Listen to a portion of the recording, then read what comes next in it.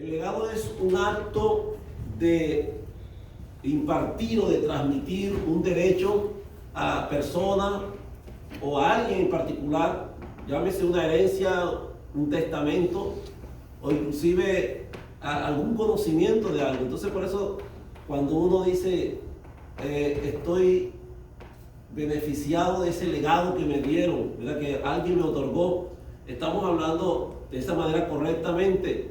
En la época, ¿verdad?, que estamos ubicados en la Biblia, pues entonces vamos a destacar la historia de este varón, de este personaje. Desde que estaba en el vientre de su madre, este hombre no tenía otra cosa sino estar luchando, ¿verdad? Porque, hermano, la vida es luchar. La vida, las cosas que se hacen con sacrificio. Es más, inclusive cuando nosotros decidimos venir a los caminos del Señor, las personas que te han orientado diciendo que cuando llegas a conocer a Cristo, ya tus problemas se te acaban, te mintieron, ¿verdad? Mucha gente siempre, por alguna razón, comparten esto, es que me dijeron que cuando ya yo me entregara a Jesús, las cosas iban a cambiar. Sí, definitivamente cambian en muchos aspectos, pero las luchas van a continuar. Inclusive van a ser más recias, van a ser más intensas. Pero lo más lindo, lo más importante es saber que Jesús no nos va a desamparar. Aleluya. Porque Él nos dice que Él estará con vosotros todos los días hasta el fin del mundo. Amén. Entonces en la vida, se sufre. La vida, las cosas se logran con grandes esfuerzos, con grandes sacrificios. En esta vida nada es fácil. O sea, yo sé que a muchos nos ha costado llegar a realizarse, a materializarse cosas que nos tomaron mucho tiempo. Y todavía es la hora, y algunos todavía estamos casi llegando a terminar esos planes, ¿verdad? Esas agendas de cosas que un día decidimos emprender y estamos a punto de ya llevarlas a cabo. Pero nunca terminamos, ya si no es una cosa es otra, ¿verdad? Si no son nuestros problemas personales, son la de los hijos, son la de los aspectos laborales, en muchas áreas de nuestra vida siempre vamos a estar en esa situación. Entonces, cuando nosotros hablamos de este tema, tenemos que también referirnos a la parte espiritual, ¿verdad? Vamos a irnos a lo que sucedió en la historia. Ustedes reconocen, hacer una remembranza del pasaje, una pareja que ya habían estado casados, tenían un tiempo de estar ya casados. De pronto la mujer era estéril, pero un día el varón clamó a Jehová Dios le oyó y le concedió el deseo de que pudiera procrear él con su esposa, y ella queda embarazada.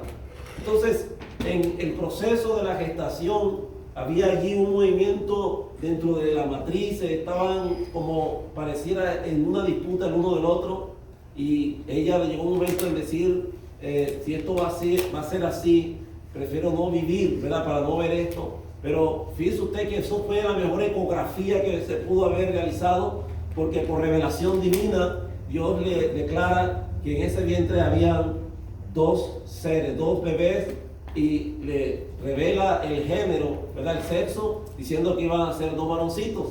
Entonces le declara a Dios que el menor se iba a enseñorear del mayor, y dos naciones hay en tu vientre. Entonces ahí comienza a desatarse una trama tremenda en la mujer, porque ella comienza a darle mente a todo eso, y mientras lo ve nacer, que sale el bebé, ¿verdad?, el mayor, Esaú, el primogénito, que era de pelaje, digamos que era muy velludo, y también era algo colorado, ya por eso le llaman Edom, porque dice que era rojizo y era velludo, y el otro era lampiño. Se dan cuenta de que de pronto el menor viene también sosteniéndose del calcañar de su hermano. O sea, él ya deseaba, peleaba por algo, luchaba por algo desde que estaba en el vientre de la madre, ¿verdad? Y esto es algo que pareciera una curiosidad, pero yo creo que nosotros, todos los que estamos aquí, hemos sido apartados para Dios, para un propósito maravilloso. Amén. Dios nos ha apartado, Dios ha trazado un destino glorioso en nuestra vida. Hermanos, nacimos para ser vencedores, nacimos para triunfar en la vida. Amén. Nacimos para conquistar grandes cosas, grandes metas, grandes propósitos. Aleluya. Gloria al Señor. Si tú no te has alineado en ese propósito divino, es tiempo de que comiences a hablar con Dios. Órale al Señor y dile a Dios por qué razón me trajiste al mundo, qué es lo que verdaderamente quieres con mi vida. Pero Dios no te trajo a esta vida para que simplemente hagas pasar el tiempo y veas que todos los días te parecen iguales y no hay nada nuevo, no hay nada innovador. Yo creo que cada mañana son nuevas sus misericordias. Aleluya. Y Dios nos va llevando en un proceso de la vida, pero dice la Escritura que como la luz de la aurora que va en aumento, así es la senda del justo, que va en aumento hasta que el día es perfecto. Dice gloria a Dios, hermano. Gloria al Señor. Entonces, esta persona de Jacob vivía una vida así, ¿verdad? De lucha en lucha. Pero una de las cosas que trato de resaltar en esta disertación es el hecho de que había un pasado en él que no lo dejaba tranquilo. Algo lo ataba a su pasado. Estaba ligado a un pasado terrible que no lo dejaba ser completamente libre a él. Así como esta situación de Jacob, así mismo hay muchas personas que viven bajo esa atadura, viven arrastrando un pasado que no han podido superar, no han podido liberar. Pero Dios hoy nos hace recordar, amén, que estar en Él nos garantiza el hecho de que ya todo eso que antes nos traía mortificación, eso que antes nos hacía a nosotros realmente llevar tiempos de tristeza, de amargura, de resentimiento, de sentimiento de culpabilidad. Ya eso el Señor ya lo ha perdonado, ya quedó atrás, mi hermano. Dice ciertamente olvidando lo que queda atrás y ahora proseguimos hacia adelante, hacia el premio del supremo llamamiento en Cristo Jesús. Gloria a Dios. Todos nosotros de alguna manera hemos peleado con ese pasado, porque ha quedado unas marcas imborrables de cosas que hicimos. Nos hemos lamentado, ¿verdad? Porque le fallamos a Dios, le fallamos a la familia, le fallamos a la sociedad, ¿verdad? Y muchas veces pareciera que no somos tan duros, ¿verdad? Porque lo he visto marcado en gente, hermano, cuando he hablado con ellos y no hacen otra cosa sino siempre resaltar las cosas malas que han hecho. No se perdonan a sí mismos. Pero vuelvo y repito, si hay alguien que no ha olvidado lo que en algún momento llegamos a hacer, somos nosotros mismos. Pero ya Dios, cuando le preguntamos acerca de lo que en algún momento vivimos, ya Dios ya de eso no se acuerda. Dice la Biblia que Él ya no tiene memoria de las cosas pasadas. Amén. Entonces luchamos en la vida contra muchas cosas, pero una de las que más nos cuesta poder al final aceptar es la voluntad de Dios. Ya, por eso es que cuando Dios comienza a trabajar en la vida de este varón, ¿verdad? Que por alguna razón incide la madre, porque la madre intuye por las cosas que recibió como revelación en el momento cuando Dios le habló acerca de lo que había en el vientre. Ella sabe que, bueno, si el menor se está agarrando de la mano del mayor, quiere decir que entonces si ya Dios me está declarando que el menor se va a enseñorear sobre el mayor, algo hay que hacer. Ya, y ella guardaba esto, porque dice la Biblia que el padre amaba a Esaú porque le traía de la casa, de lo que él por ahí capturara o cazara cuando salía al campo, al bosque, ¿verdad? Por esa razón tenía más inclinación el padre, porque había por ahí, digamos, unas tradiciones entre los judíos que cuando nacía el primero entre los varones era el primogénito y era el que recibía todo el pleno derecho de todas las cosas que se le otorgaban de acuerdo a la ley levítica, ¿verdad? Pero el menor era el que deseaba, era el que se apasionaba por realmente obtener lo que en alguna manera el mayor lo miraba como menosprecio, porque lo dice la Biblia. Entonces, esta situación se dio, la madre de alguna forma contribuyó para poder sacar adelante este asunto. Y lo prepara al muchacho. Le dice la Biblia que era un joven quieto que se dedicaba a estar en las tiendas, era muy apaciguado, andaba allá con su mamá, aprendió mucho al lado de la madre, porque fíjense que hablando algo acerca de esto, hermanos, se da cuenta que dentro de la cultura judía, las madres eran las que de alguna manera tenían más implicación en cuanto a la manera como instruían a los hijos. Los hijos de alguna manera tenían más parecido al carácter de la madre que hacia el padre, porque la mayor parte del tiempo los hijos, desde que eran destetados hasta llegar a una época de su pubertad, de su adolescencia, andaban más al lado de la madre. Entonces la madre era la que le correspondía siempre instruirlo, le enseñaban en la ley de la Torá, los principios de los libros deuteronómicos y todo esto. Entonces el niño, ¿verdad?, adquiría más conocimiento por la instrucción que le daba la madre. En algún momento, lógicamente, el padre también tenía mucho que ver, pero más el tiempo lo tenía la madre. Entonces ahí estaba Jacob, ¿verdad?, al lado de su madre, y aprendió muchas cosas, ¿verdad?, muchas cosas básicas, y él deseó más. Yo pienso que a lo mejor recibió más conocimiento de lo que había Dios hecho a través de la vida de sus ancestros, de su abuelo, por allá, Abraham, después de Isaac, su padre. O sea, todas las cosas que vino oyendo, a lo mejor las fue capturando, las fue asimilando, y él comenzó a tener una manera diferente de tener una perspectiva de la vida que la de su hermano. Entonces, yo creo que cuando nosotros estamos llamados para un fin, ¿verdad?, para poder ser usados para la gloria de Dios, yo creo que de esa forma, ¿verdad?, dando muchas veces tumbos en el camino, muchas veces vivimos momentos difíciles, ¿verdad?, que no los podemos entender en la familia, con los hijos. A veces pasan cosas que no le podemos encontrar alguna razón de ser, ¿verdad? Muchas veces le hemos preguntado a Dios qué pasó aquí, no puedo entender esto. Y como un día Dios le dijo a Simón Pedro, las cosas que no entiendes ahora las entenderás después. O sea, hay cosas que parecen absurdas, que parecen insólitas, que suceden en la vida nuestra, pero esto juega dentro del papel, ¿verdad?, de los designios divinos, de las cosas que solamente están en los secretos de Dios, hermano. Solamente nosotros tenemos que dejar que Dios nos lleve, que Dios nos mueva de acuerdo a su perfecta voluntad. No es cuestión a Dios no se le cuestiona, a Dios no se le interroga, no se le hace preguntas, simplemente los verdaderos hombres de Dios le obedecen y le sirven y cumple lo que Dios les pide, le demanda.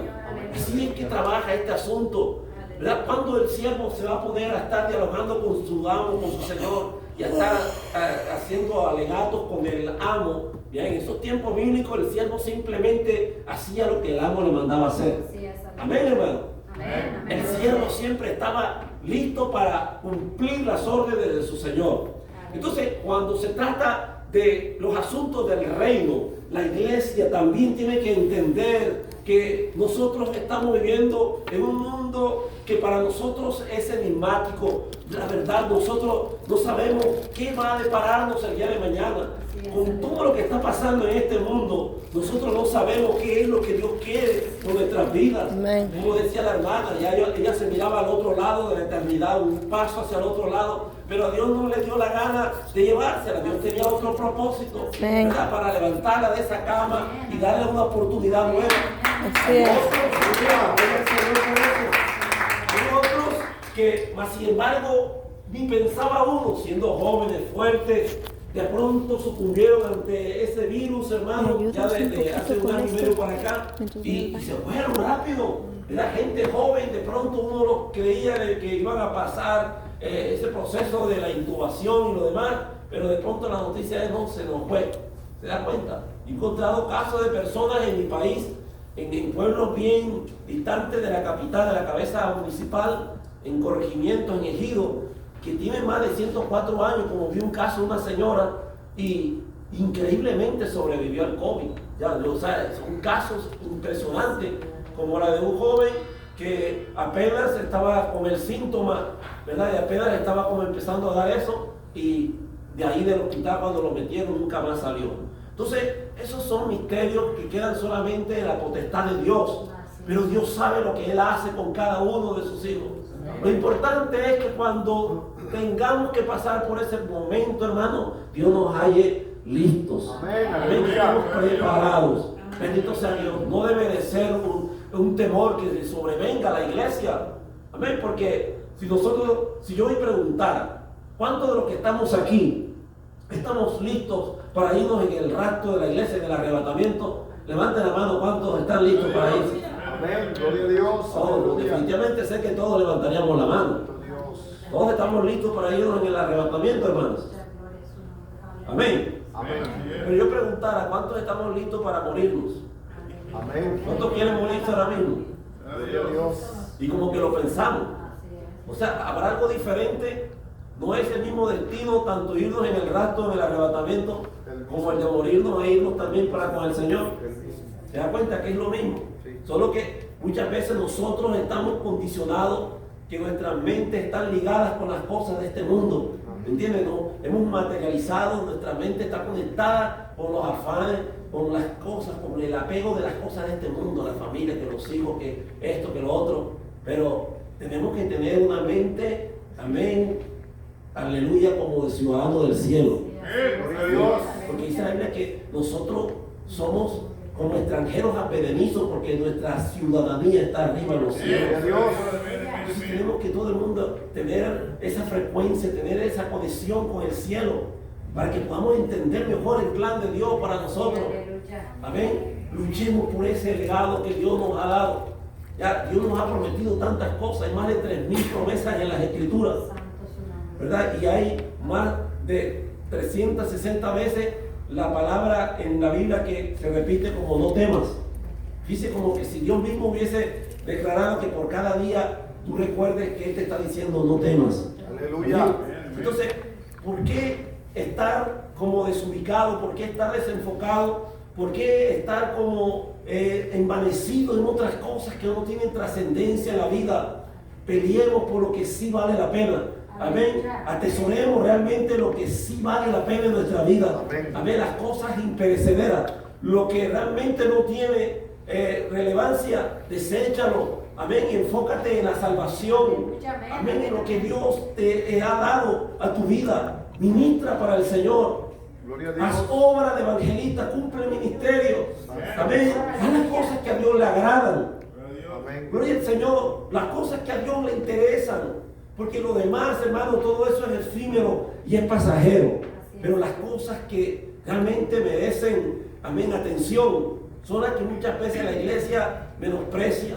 Son las cosas que muchas veces somos como el Esaú de la Biblia, porque él estaba más interesado en la vianda, en la necesidad que había en su vientre, cuyo Dios es el vientre, estaba con la necesidad de comer y vio el plato de potaje allí, ¿verdad?, de lenteja, y ¿qué hizo? Lo negoció con su hermano con tal de satisfacer esa necesidad física que traía. Y el hermano, viendo uno, porque era un oportunista, un retorcido oportunista, porque el nombre Jacob significa el que engaña, ¿verdad? El que usurpa, el que toma. Dice también hay una expresión que habla como el que golpea y toca el calcañar. O sea, así, porque así venía él, tomado de la mano de él, tomaba la pierna de su hermano. Entonces, o sea, tenemos que dejar de ser como Esaú, ya de ser tan poco, digamos, ambiciosos para las cosas del reino. O sea, que muchas veces determinamos que en la vida hay prioridades y esas prioridades muchas veces son las que hacen que la persona se entretenga en esas bagatelas, cosas del mundo, y dejemos realmente de interesarnos por lo que sí deberíamos de tomar mucho cuidado, que es las cosas que corresponden a la vida eterna. Por eso Esaú dice la Biblia que con lágrimas, con dolor, procuraba con llanto volver a recobrar su primogenitura.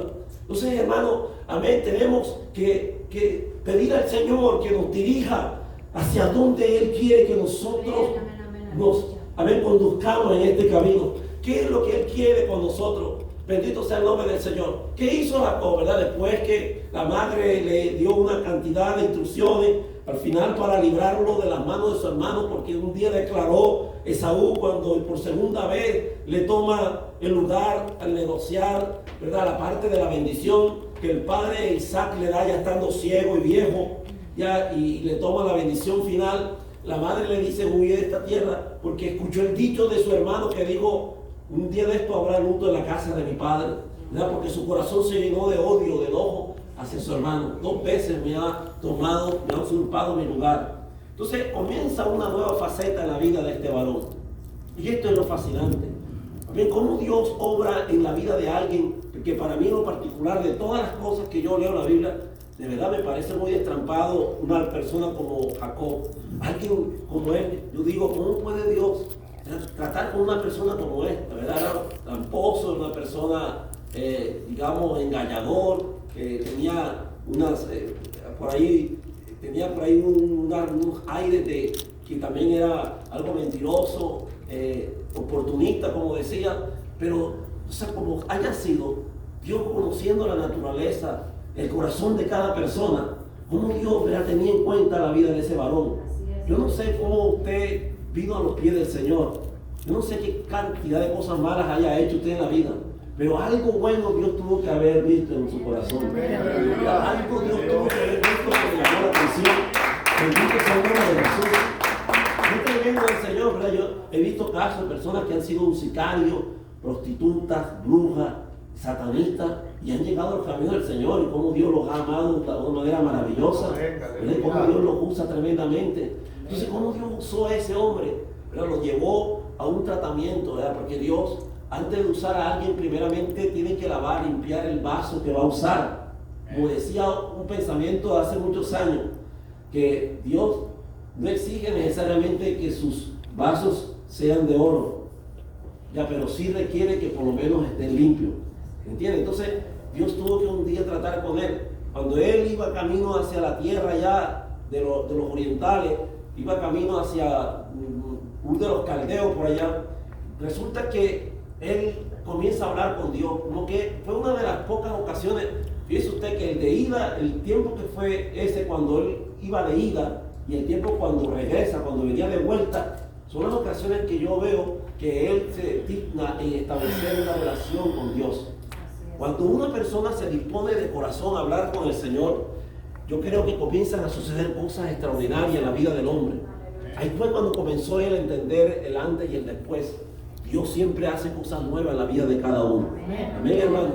Y cuando él estaba allí solo, y de un momento que cuando se siente realmente solo, porque toda una vida al lado de su madre, la madre protectora, la madre la que le daba la mentoría, la madre que creía en él, porque en un hogar muchas veces puede ser que se repartan, digamos, los sentimientos, por decir así, o los valores, que un padre se inclina más hacia uno de sus hijos y la madre hacia el otro, ¿verdad? Hacia el otro grupo de hijos. Como que hay como un afecto un poquito más notorio en una madre, en uno de sus hijos que en otro. En el caso de esta mujer, así parecía ser, como que le daban más empatía a su hijo Jacob porque estaba más cerca de ella, estaba habitando en las tiendas porque andaba todo el tiempo allí, agarrado de la falda de la madre, y no sé, o sea, eso hizo que el muchacho le guardara un gran respeto a su madre, y la madre, o sea, le dice, vete allá a la tierra de mis familiares, de mi hermano allá, y ve en busca de una mujer, ¿verdad?, de entre las hijas del pueblo, para que también te cuides de tu hermano y por un tiempo te guardes porque él te está amenazando de muerte. Pero entonces cuando él ya está solo en ese lugar mientras va a un camino largo, lo dice así tan cortantemente la Biblia, pero analizándolo, si usted mira ese mapa, ¿verdad?, de la trayectoria de lo que tenía que caminar una persona que no iba en avión, que no iba en esos trenes balas, ¿verdad?, que hacen recorridos en cuestiones de un par de horas a larga distancia. Eso tenían que someterse a andar entre montañas escarposas, hermano, a semanas y hasta meses para poder llegar de un destino a otro. Entonces, estando él allí en aquella noche, él comienza a hacer una reminiscencia, ¿verdad?, de lo que había pasado, y comienza a hablar con Dios. Ya, ahí abre su corazón y es donde tiene una primera experiencia con el Señor. Por eso es que los grandes exégetas de la Biblia definen que en ese lugar, cuando él tuvo el encuentro con Dios, a ese lugar le llamó Betel, porque significa casa de Dios y puerta del cielo. ¿Se da cuenta? Entonces, para él, Betel vino a ser el momento cuando Dios tocó el corazón de Jacob. Pero cuando él regresa, ya del mismo camino, ya de regreso para tener el gran reencuentro con su hermano Esaú, entonces tiene otra experiencia aún más sobrenatural, y es cuando entonces puede ver a Dios cara a cara. Tuvo la lucha con aquel ángel, ¿se da cuenta? Y aquel lugar le puso por nombre Peniel, amén, que significa he visto a Dios cara a cara. Entonces en Betel Dios toca el corazón, es donde sucede su conversión y su salvación, pero en Peniel es donde Dios reclama su vida y es donde es consagrado y es santificado para un propósito maravilloso de gloria. Damos gloria a Dios por eso, hermano. Amén. Gloria a Dios. Gloria al Señor. Dios es bueno. Amén. Él entonces ahí hace un voto ante Dios y le dice: si tú me pudieras guardar, me pudieras dar las provisiones, dar alimento y dar vestido en todo esto que yo voy a hacer, yo te prometo que de todo lo que tú me dieres, el diezmo apartaré para ti. Amén. O sea, él hizo un voto ante Dios ahí en ese lugar, puso una piedra, la ungió con aceite y nunca se olvidó de aquello. Habemos personas que hablamos con Dios de esa forma y le rogamos a Dios tantas cosas y le hacemos tantas promesas a Dios que no, a veces en muchas de ellas no cumplimos ni años, hermano. Ya nos olvidamos de lo que un día le prometimos a Dios. Amén. ¿Se da cuenta? Mucha gente que viene atravesando la frontera, he escuchado gente que dicen: si tú me llevas hasta allá con bien, si tú me lograras introducir a la tierra, soy americano, yo te prometo que te voy a servir, que voy a mi familia la dedicaré para que te sirvan a ti. Ya una vez estando aquí se olvidan de todo, comienzan a ser bendecidos y lo último de lo que se acordarán será de Dios.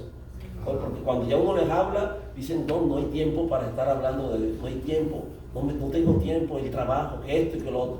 Entonces, o sea, este varón sí prometió, ya nunca se olvidó, estuvo allá 20 años trabajando para su suegro. ¿Se da cuenta? 20 años trabajando, 7 años por una de las hijas y otros 7 años por otra de sus hijas, o sea, Lea y Raquel, y otros 6 años por el ganado. 20 años, y no se le olvidó las lecciones que un día, el legado que un día le dio su madre en vida.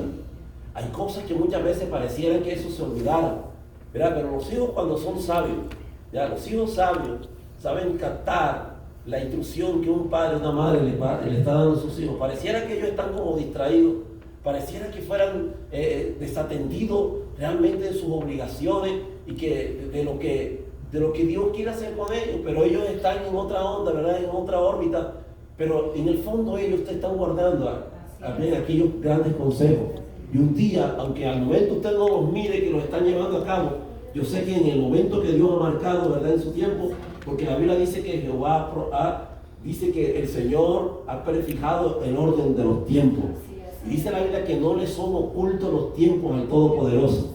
Entonces, cuando llega el momento en que el Hijo del Hombre se tiene que glorificar allí, van a salir todas aquellas enseñanzas y aquellos hijos un día van a brillar. Y Dios va a dar testimonio que esa palabra no cae al suelo, ¿verdad? Que las promesas del Señor no se caen. Amén. Entonces Jacob regresó y estando ya la bendición de Dios fue tan grande porque él salió solo. Pero ahora en ese mismo punto, cuando él viene de retorno, ahora ya no viene solo, ahora viene con una gran comitiva. Viene con sus esposas, con sus hijos, con sus criadas, con unas grandes juntas de bueyes, ¿verdad? O de ovino, de caballo, y una cantidad de cosas que, o sea, ni en sueño pudiera alguien imaginarse de cómo Dios lo bendijo tanto. Entonces, estando él allí, empieza a vivir una gran lucha, ¿verdad? Porque ahí es donde comienza él a confrontarse con su pasado, porque había un fantasma que rondaba su vida y él le tenía más miedo a su hermano Esaú que cualquier cosa. Por todos esos años siempre pensó: ¿cuándo va a ser ese momento? ¿Cuándo se va a dar la oportunidad de tener que enfrentarme a mi hermano? Entonces, o sea, había en él algo como una deuda pendiente y él eso lo estaba a punto de resolver. El lugar más épico, más enigmático que jamás se haya descrito de una forma espinosa para narrar una historia de la lucha entre Dios y el hombre, se pudo vivir allí. Ya Dios, amén, se manifiesta, porque eso no es más que una teofanía, hermanos, que quiere decir una expresión de Dios hecho carne.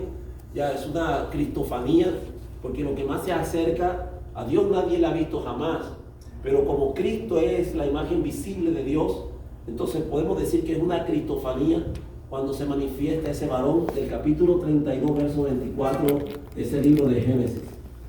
Ahí se manifiesta. ¿Y sabe qué dice la Biblia? y él mandó a su familia, a sus mujeres, a sus hijos, para que atravesaran el otro lado del vado del río. Y cuando ya lo vio pasar, se quedó él solo. Y estaba solo Jacob.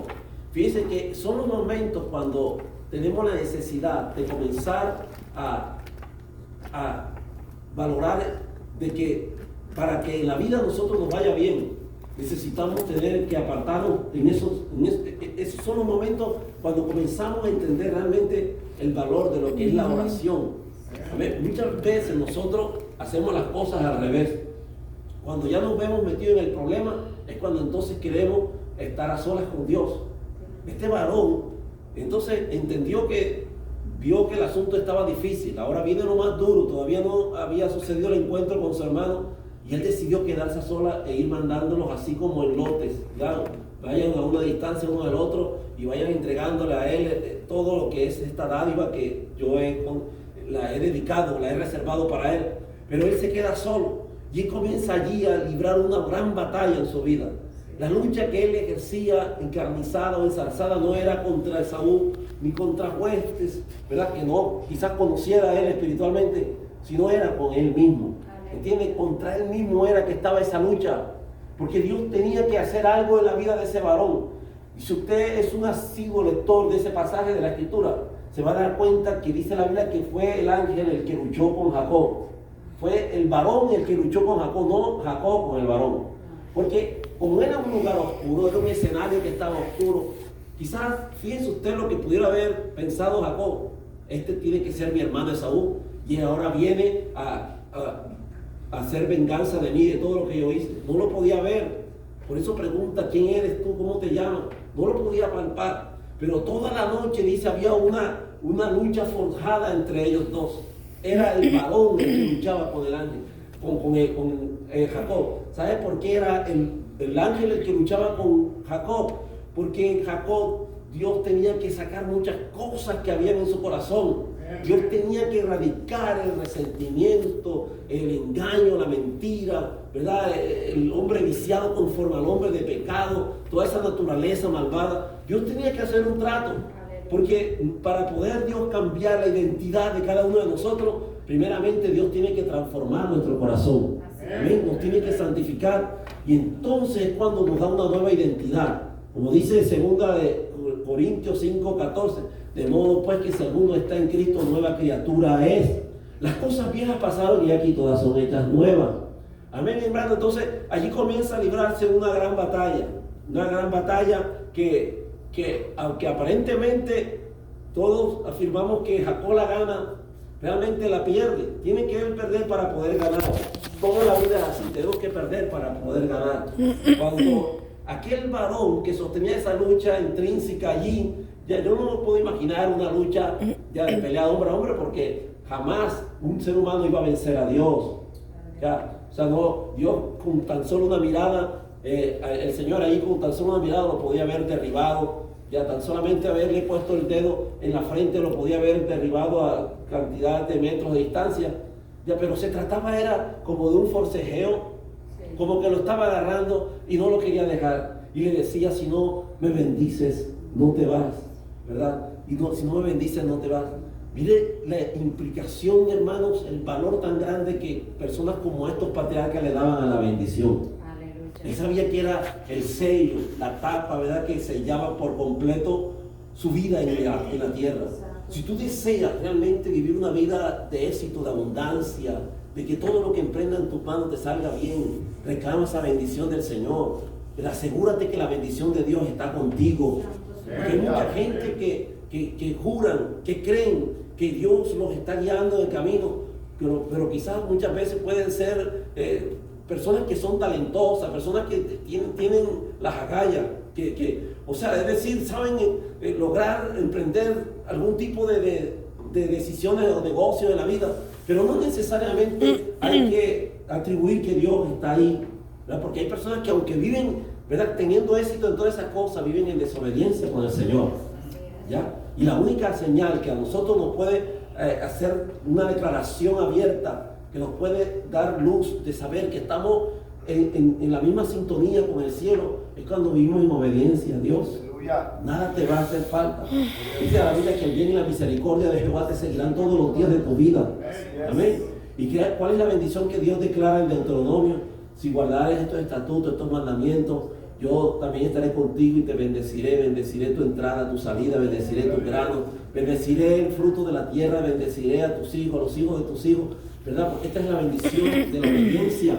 Entonces, cuando nosotros estamos en ese plan de saber que queremos agradar al Señor en todo, comienza tu vida sellándola con la bendición de Dios. Era una de las cosas que más anhelaban las personas antiguas. Y eso inclusive todavía uno lo podía palpar en este último siglo en algunas costumbres de los padres de familia, que cuando sus hijos iban camino para alguna parte, a la escuela, salían de la casa, los hijos le decían: papá, bendíceme. No, mamá, dame la bendición. ¿Sí o no?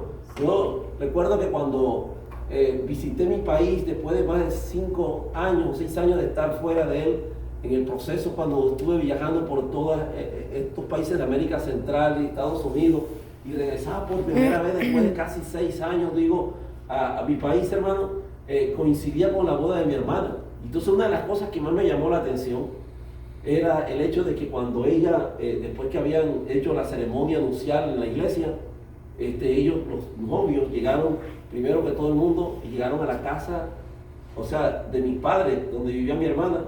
Y cuando ella se bajó de ese vehículo, no se metió a la casa, sino que los dos novios se arrodillaron y le pidieron a mi padre que le extendiera la mano para bendecirlos, para que bendijera ese matrimonio. O sea, siendo que, digamos, mi padre todavía no es un hombre convertido, pero ella puso en acción un principio que es algo que es una honra grande. Entonces, ni los más, digamos, ceñidos matrimonios cristianos, no se les ha ocurrido algo como eso. Pero destaco algo así porque la bendición, hermano, de los padres bíblicamente era muy importante para los hijos. Porque la bendición del padre iba respaldada por la autoridad del cielo. ¿Se da cuenta? Y por eso que dice la Biblia que la bendición de Dios es la que enriquece y no añade tristeza con ella. Entonces hay que procurar eso, y más sobre todo cuando se trataba de la bendición final. Entonces para Jacob iba a ser muy importante que el ángel de Jehová, ya, porque él reconoció que no era Esaú, no se trataba de Esaú su hermano, sino que se trataba de un ser sobrenatural.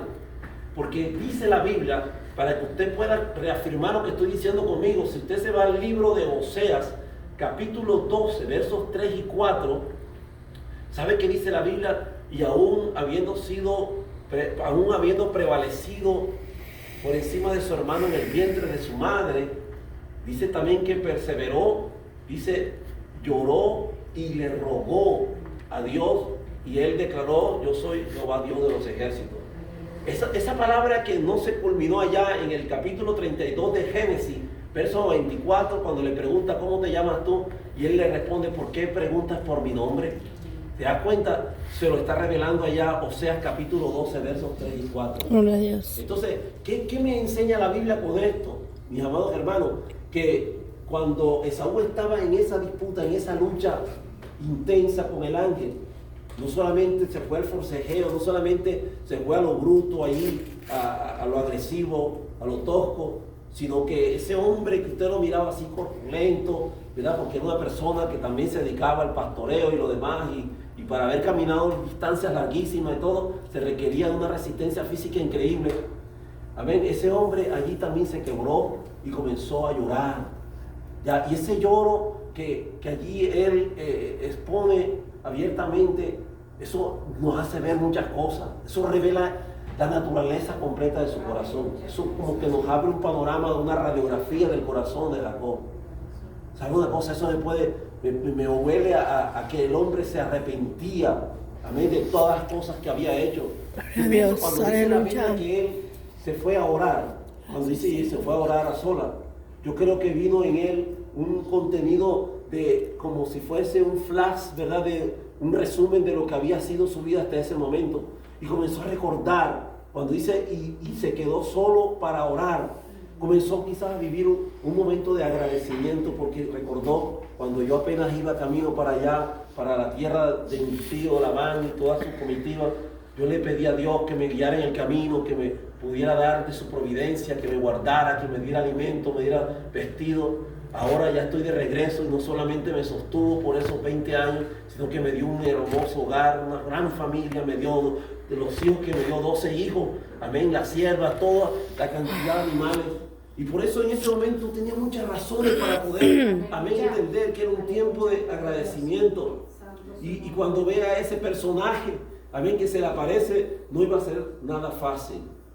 Porque allí se estaba, hermanos amados, originando una de las cosas más fascinantes que usted jamás haya quizás escuchado acerca de este tema.